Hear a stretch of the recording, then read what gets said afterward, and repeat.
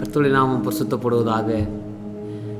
இந்த வேளையில் கூட இந்த நேரலை வாயிலாக உங்களை சந்திப்பதால் நான் மிகவும் மகிழ்ச்சி அடைகிறேன். இந்த நேரலையிலே கலந்து கொள்கிற ஒவ்வொருவரையும் ஆண்டவராகிய இயேசு கிறிஸ்து நாமத்தினால் அவர் வாழ்த்தி ஆசீர்வதிப்பாராக. Praise the Lord. இன்றைக்கு நாம் பார்க்க போகிற ஒரு தலைப்பானது இப்படியா இருக்கிறது, உடன்படிக்கையின் ஜெபம்.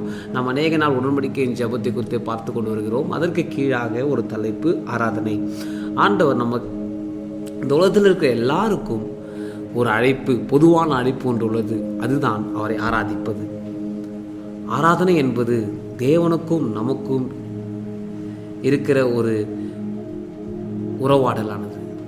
நாம் ஆராதனை செய்யும்போது நமக்கும் தேவனுக்கும் இருக்கிற அந்த உறவானது மிகவும் வலுவு பெறுகிறது.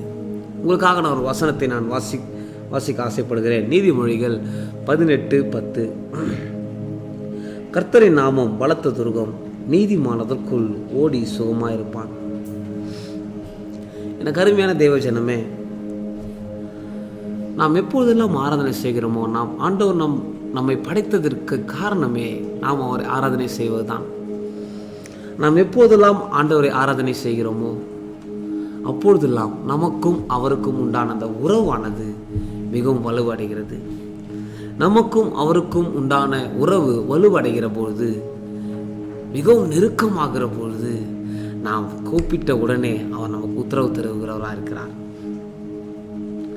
அதுதான் வசனம் சொல்லுகிறது, கர்த்தரின் நாமம் பலத்த துருகம், நீதிமானதற்குள் ஓடி சுகமாயிருப்பான்.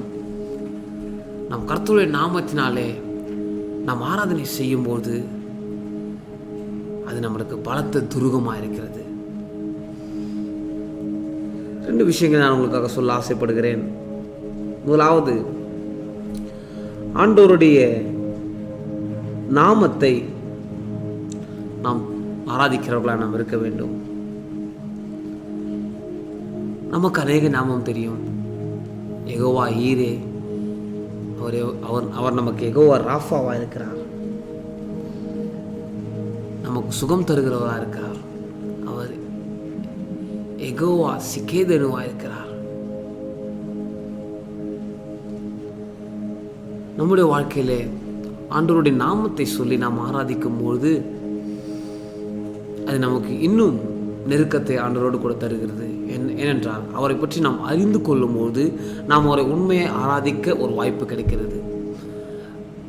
நம்மளுக்கு ஒரு பொருளானது நம்மளுக்கு பிடித்திருக்கிறது என்றால் அது எப்படி நடக்கும் என்றால் அந்த பொருளை குறித்து நாம் அறிந்திருக்கிறோம்.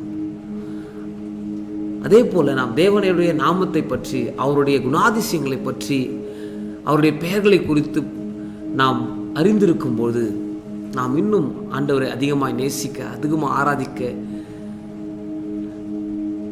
ஆண்டவர் நமக்கு கிருபை தருவார்.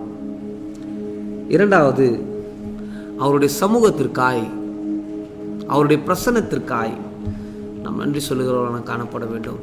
எனக்கு அருமையான தேவ ஜனமே, ஆங்கிலத்திலே ஒரு வார்த்தை சொல்வார்கள், பிரசன்ஸ் என்று.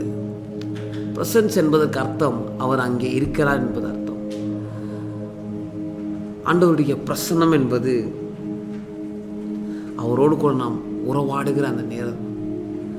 நாம் அவரை அப்பா பிதாவே என்று கூப்பிடும்பொழுது அவர் அங்கே வந்து நிற்பார். நீங்கள் மனதை திறந்து ஆராதிக்கும் போது அவர் அங்கே வந்து நிற்பார். எனவே எனக்கு அருமையான தேவ ஜனமே, நாம் செய்கிற ஒவ்வொரு ஆராதனையும் புத்தி உள்ள ஆராதனையாக இருக்க கடவுள். ஆண்டவர் நம்மளை ஆசீர்வதிப்பார். உங்களுக்காக நான் ஜெபிக்க ஆசைப்படுகிறேன். எல்லா கண்களையும் முன் நாம் ஜெபிப்போமா? பரிசுத்தம் கிருபையும் இரக்கம் நல்ல தகப்பனே, ஆசீர்வதிக்கப்பட்ட நல்ல வேலைக்காக நன்றி செலுத்துகிறோம்ப்பா. ஆண்டவரே ஸ்தோத்தரிக்கிறோம்.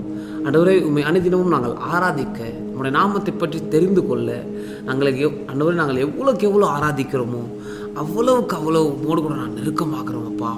ஆண்டவரே, எங்களுக்கு ஆராதனைக்கு ஏற்ற சூழ்நிலையை கர்த்தர் நீர் உருவாக்கி தந்ததுக்காக நன்றி செலுத்துகிறோம். ஆராதிக்கக்கூடாதபடிக்கு தடையாக இருக்கிற எல்லா தடைகளையும் நாங்கள் நீக்கி போடுவோம். இயேசுவின் நாமத்தினால பொறுப்பெடுத்துக்கொள்ளும், வழிநடத்தும், ஆசீர்வதிக்கும், ஆராதிக்க உதவி செய்யும், உம்மை பற்றி அறிந்து கொள்ள உதவி செய்யும், பாதுகாத்துக்கொள்ளும். இயேசுவின் மூலம் ஜெபிக்கிறோம் நல்ல பிதாவே. ஆமென், ஆமென்.